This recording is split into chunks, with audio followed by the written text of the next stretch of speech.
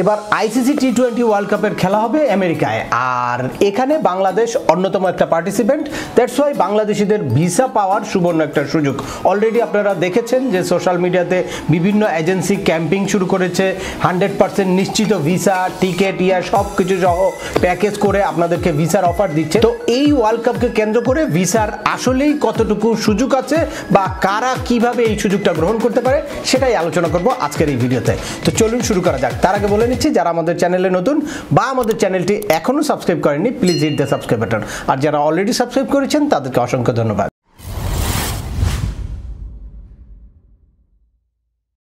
Welcome back, আপনাদের সাথে আছে আমি সিএম আমিনুল বাহার। আমাদের এই চ্যানেলে ইউএসএ, কানাডা, অস্ট্রেলিয়া, ইউকে সহ ইউরোপের বিভিন্ন দেশের ভিজিট, পড়াশোনা, ওয়ার্ক পারমিট এবং মাইগ্রেশন সংক্রান্ত বেশ কিছু আপডেটেড ইনফরমেশন আছে। আপনারা যারা যেই টপিকসে ইন্টারেস্টেড দয়া করে ওই রিলেটেড সকল ভিডিওগুলো দেখবেন। এরপর ছোটোখাটো প্রশ্ন থাকলে ভিডিওর নিচে কমেন্টস করবেন। আর তারপরেও একান্ত কোনো ব্যক্তিগত পরামর্শ বা আমাদের কোনো সার্ভিস নিতে চাইলে ডিসক্রিপশানে থাকা হোয়াটসঅ্যাপ নম্বরে অ্যাপয়েন্টমেন্ট বুক করে সরাসরি যোগাযোগ করতে পারেন। অ্যাট দ্য সেম টাইম আমাদেরকে ইমেল করতে পারেন এবং আমাদের ফেসবুক পেজটি ফলো করে সবসময় আমাদের সাথে যুক্ত থাকতে পারেন। এনিওয়েজ, চলে আসি আজকের মূল আলোচনায়। রিসেন্টলি অনেকেই আমাদেরকে বিভিন্নভাবে প্রশ্ন করছে যে টি-20 ওয়ার্ল্ড কাপ দেখতে যাব, আমি কি এখন অ্যাপয়েন্টমেন্ট ডেট পাবো কিনা, ইন্টারভিউ ডেট পাবো কিনা, আমি টিকিট কাটবো কিনা, বা আমাকে এই এজেন্সি বলেছে যে টিকিট কাটলেই ভিসা নিশ্চিত, আমি কি তাদের সাথে কথা বলবো কিনা, বা তারা 100% গ্যারান্টি দিচ্ছে ভিসার। তো আসলে বাস্তবতাটা কি আমার মুখ থেকে অনেকেই শুনতে চাচ্ছে। তো তাদের জন্য বলবো যে হ্যাঁ, এটা অবশ্যই একটা অপরচুনিটি। যারা আপনারা ইউএসএ ভিজিট করতে চান বা আপনাদের পারপাস অফ স্টেটাকে প্রুভ করার জন্য এটা বড় একটা অপরচুনিটি। তবে শুধুমাত্র টিকিট কাটলেই যে ইউএসএর ভিসা নিশ্চিত হয়ে যাবে এটা মনে করার কোনো কারণ নেই। হ্যাঁ, আপনার কি হবে, যদি আপনি কোনো একটা ম্যাচের টিকিট কাটবেন বা বাংলাদেশের যেহেতু খেলা আছে, মানে যতটুকু আমি জানি যে বাংলাদেশের 3টা ম্যাচ আছে ইউএসএতে, তো ওই যে কোনো ম্যাচের আপনি যদি টিকিট কাটেন তাহলে আপনার কি, যে আপনি কি কারণে ইউএসএতে ভিজিট করতে চাচ্ছেন বা কি কারণে ইউএসএতে যাচ্ছেন, এই পারপাসটা স্ট্রং হয়, নো ডাউট। আর এই পারপাসটা স্ট্রং হলে এর আদার্স ক্রাইটেরিয়া যদি আপনি ম্যাচ করতে পারেন, বা আপনি যে ফাইন্যান্সিয়ালি সলভেন্ট, আপনি স্টাবলিশড একটা পারসন, বা আপনি খেলা দেখে তারপর ব্যাক করে দেশে আসবেন, এই জিনিসগুলো প্রুফ করতে পারলে আপনার ভিসা হতে পারে। আর এর মধ্যে আরও একটা বড় প্রশ্ন আছে, সেটা হচ্ছে যে ইন্টারভিউর স্লট কি পাওয়া যাবে কিনা এর মধ্যে। কারণ এই খেলাটা হবে হচ্ছে জুনের 1 তারিখ থেকে 29 তারিখ পর্যন্ত। এর মধ্যে বাংলাদেশের খেলা আছে 3টা, যেটা হচ্ছে 7 তারিখে বাংলাদেশ শ্রীলঙ্কা, আর 13 তারিখে হচ্ছে বাংলাদেশ নেদারল্যান্ড, আর হচ্ছে 16 তারিখে বাংলাদেশ নেপাল। তো এই খেলাগুলো দেখার যদি আপনি আগ্রহ প্রকাশ করেন বা এই কোনো খেলার একটা টিকিট কাটেন তাহলে আপনার পারপাসটা স্ট্রং হলো। এখন এর মধ্যে আরও প্রশ্ন আছে যে এই টাইমের মধ্যে আপনি কি ইন্টারভিউ ডেট পাবেন কিনা। কারণ ইন্টারভিউ স্লট এখন যারা নতুন করে আবেদন করছে তাদের কিন্তু ডিসেম্বর বা নভেম্বরে ডেট পাওয়া যাচ্ছে। তো সেক্ষেত্রে এটাকে রিশিডিউল করে কতটুকু আগায় আনা সম্ভব বা জুনে কি আদৌ পাওয়া যাবে কিনা এ ব্যাপারে কনফিউশন আছে। সে কারণে হুট করে আপনাদের টিকিট কেটে ফেলাটা, আমি অনেকেই আমার কাছে জিজ্ঞেস করেছে, আমি বলছি যে টিকিট কাটার দরকার নেই, আগে আপনি দেখেন আপনার ইন্টারভিউর স্লট পান কিনা। ইন্টারভিউর স্লট পেলে দেন আপনি টিকিট কনফার্ম করতে পারেন। এই মুহূর্তে অনলাইনে আপনি টিকিট কাটতে গেলে $298 দিয়ে এই যে কোনো ম্যাচের টিকিট কাটতে পারেন। মানে সর্বনিম্ন যেই সিটটা অ্যাভেলেবেল দেখাচ্ছে সেটা হচ্ছে $298। তো এই $298 দিয়ে আপনি সিট কিনলেন বা টিকিট কিনলেন, কিন্তু তারপরে দেখা গেল যে আপনি ইন্টারভিউ ডেট পান নাই, তাহলে তো আপনি ক্ষতিগ্রস্ত হলেন। আর আপনারা যারা মানে খুব বেশি ডেসপারেট আছেন তারা কিন্তু একটা চান্স নিতে পারেন টিকিটটা কেটে। আর এরপরে আমার মনে হয় যে যেহেতু ইউএসএতে ফার্স্ট এই ওয়ার্ল্ড কাপটা, এবং এই ওয়ার্ল্ড কাপটাকে সাকসেস করার জন্য পার্টিসিপেন্ট প্রত্যেকটা কান্ট্রিকেই তারা কিছু কিছু ভিসা দিবে।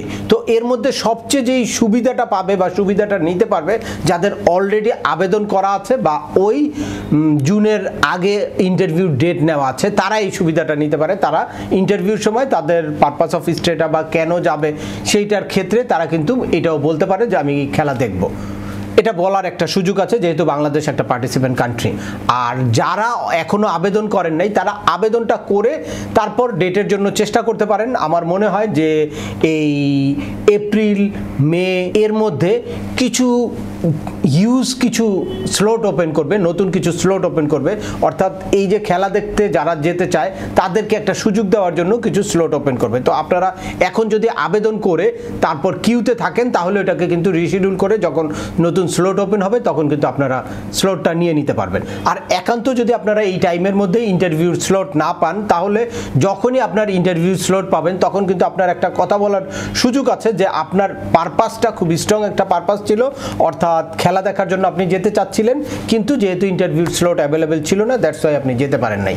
তাহলে সেক্ষেত্রে কিন্তু একটা সিম্প্যাথি কাজ করবে ভিসা অফিসারের। তো সেই সিম্প্যাথি থেকে হয়তো তারপরেও আপনারা খেলা দেখার সময়ে ইন্টারভিউ ডেট না পেলেও আপনাদের ভিসা পাওয়ার কিন্তু চান্সেস থেকেই যায়। এখন আসি যে শুধুমাত্র টিকিট কাটলে বা খেলা দেখতে গেলেই কি ভিসা হবে? না, আপনাকে অবশ্যই প্রপারলি DS-160টা ফিল আউট করতে হবে এবং DS-160-র মধ্যে আপনার ফুটিয়ে তুলতে হবে যে আপনি এই দেশে খুব স্ট্রং টাইস, আপনি ফাইন্যান্সিয়ালি সলভেন্ট বা আপনার জব রেসপন্সিবিলিটি অনেক হাই, আপনি এখানে ব্যাক করে আসবেন। আর ইন্টারভিউতে আপনার রিফ্লেকশনটা ওইরকম থাকতে হবে, DS-160তে যেভাবে আপনি নিজেকে তুলে ধরেছেন ঠিক সেটার রিফ্লেকশনটা ইন্টারভিউতে থাকতে হবে। তবে এক্ষেত্রে সবচেয়ে বেনিফিটেড যারা হবে সেটা হচ্ছে ইয়াং জেনারেশন।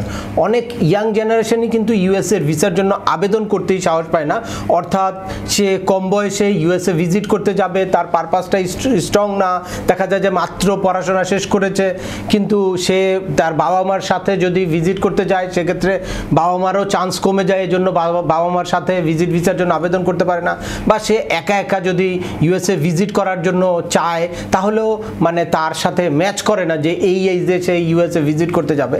তো সেক্ষেত্রে এই পারপাসে অর্থাৎ খেলা দেখার জন্য যদি কোনো ইয়াং জেনারেশন যারা আছে মানে সদ্য পড়াশোনা শেষ করেছে বা 20, 25, 30 এই এইজের মধ্যে যারা আছে তারা খেলা দেখার একটা পারপাসে কিন্তু ভিসা চাইতে পারে এবং ভিসা পাওয়ার চান্সেসও অনেক বেশি থাকে।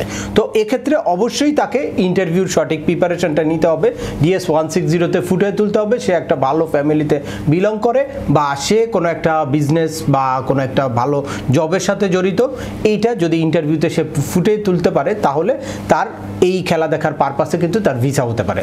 আমাদের এই চ্যানেলে B1 B2 ভিসার প্রসেসিং বা কিভাবে B1 B2 ভিসাটাকে নিশ্চিত করতে পারেন at the same time interview preparation সংক্রান্ত বেশ কিছু ভিডিও আছে, আপনারা সেই ভিডিওগুলো দেখে নিজেই কিন্তু ইউএসএর ভিসাটা প্রসেস করতে পারেন। আর কোনো এজেন্সি কিন্তু কোনোভাবেই আপনাকে নিশ্চিত করে ভিসা দেওয়ার কোনো ক্ষমতা রাখে না। একটা এজেন্সি কি করতে পারে, আপনাকে প্রপারলি DS-160টা সাবমিশন করে দিতে পারে বা আপনাকে একটা ইন্টারভিউর গাইডলাইন দিতে পারে।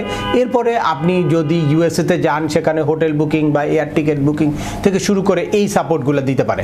তো সে কারণে আপনারা কোনো এজেন্সির মানে বিজ্ঞাপনে প্রলুব্ধ হয়ে তাদের সাথে হিউজ টাকা পয়সা লেনদেন করবেন না বা কন্টাক্টে ভিসা নেওয়ার চেষ্টা করবেন না। সেক্ষেত্রে তারা দেখা যায় যে এ ধরনের ইনফরমেশন দিতে পারে বা কোনো মিসগাইড আপনাদেরকে করতে পারে এবং ইউএসএর ভিসার অ্যাপ্লিকেশনের সময় কোনো মিসগাইড করতে পারে, ভুল তথ্য দিতে পারে বা মানে আপনার ক্যারেক্টার বা আপনার পরিচয়টা অন্যভাবে ফুটিয়ে তুলে তারা কিন্তু ভিসাটা নিশ্চিত করার চেষ্টা করতে পারে। সেক্ষেত্রে কিন্তু আপনি মানে পার্মানেন্টলি ক্ষতিগ্রস্ত হবেন। আর যদি প্রপারলি আপনি ভিসার জন্য আবেদন করেন সেক্ষেত্রে একবার যদি ভিসা নাও পান পরবর্তীতে আপনার ভিসা পাওয়ার চান্স থাকবে। কিন্তু এখানে যদি বিভিন্ন এজেন্সি দেখা যায় যে আপনার ট্রাভেল হিস্ট্রি বানিয়ে আপনার হিউজ কাগজপত্র বানিয়ে আপনার সাথে যেটা ম্যাচ করে না ওই ধরনের ইনফরমেশন দিয়ে চান্স নেয় ভিসা নেওয়ার, কারণ ওদের সাথে চুক্তি করলে তারা সবসময় যে ভিসার পরে যেই টাকাটা পাবে সেই চুক্তির দিকে খেয়াল করে তারা কিন্তু বিভিন্নভাবে ইললিগেল ডকুমেন্ট দিয়ে বা ইললিগেল বিভিন্ন ইনফরমেশন দিয়ে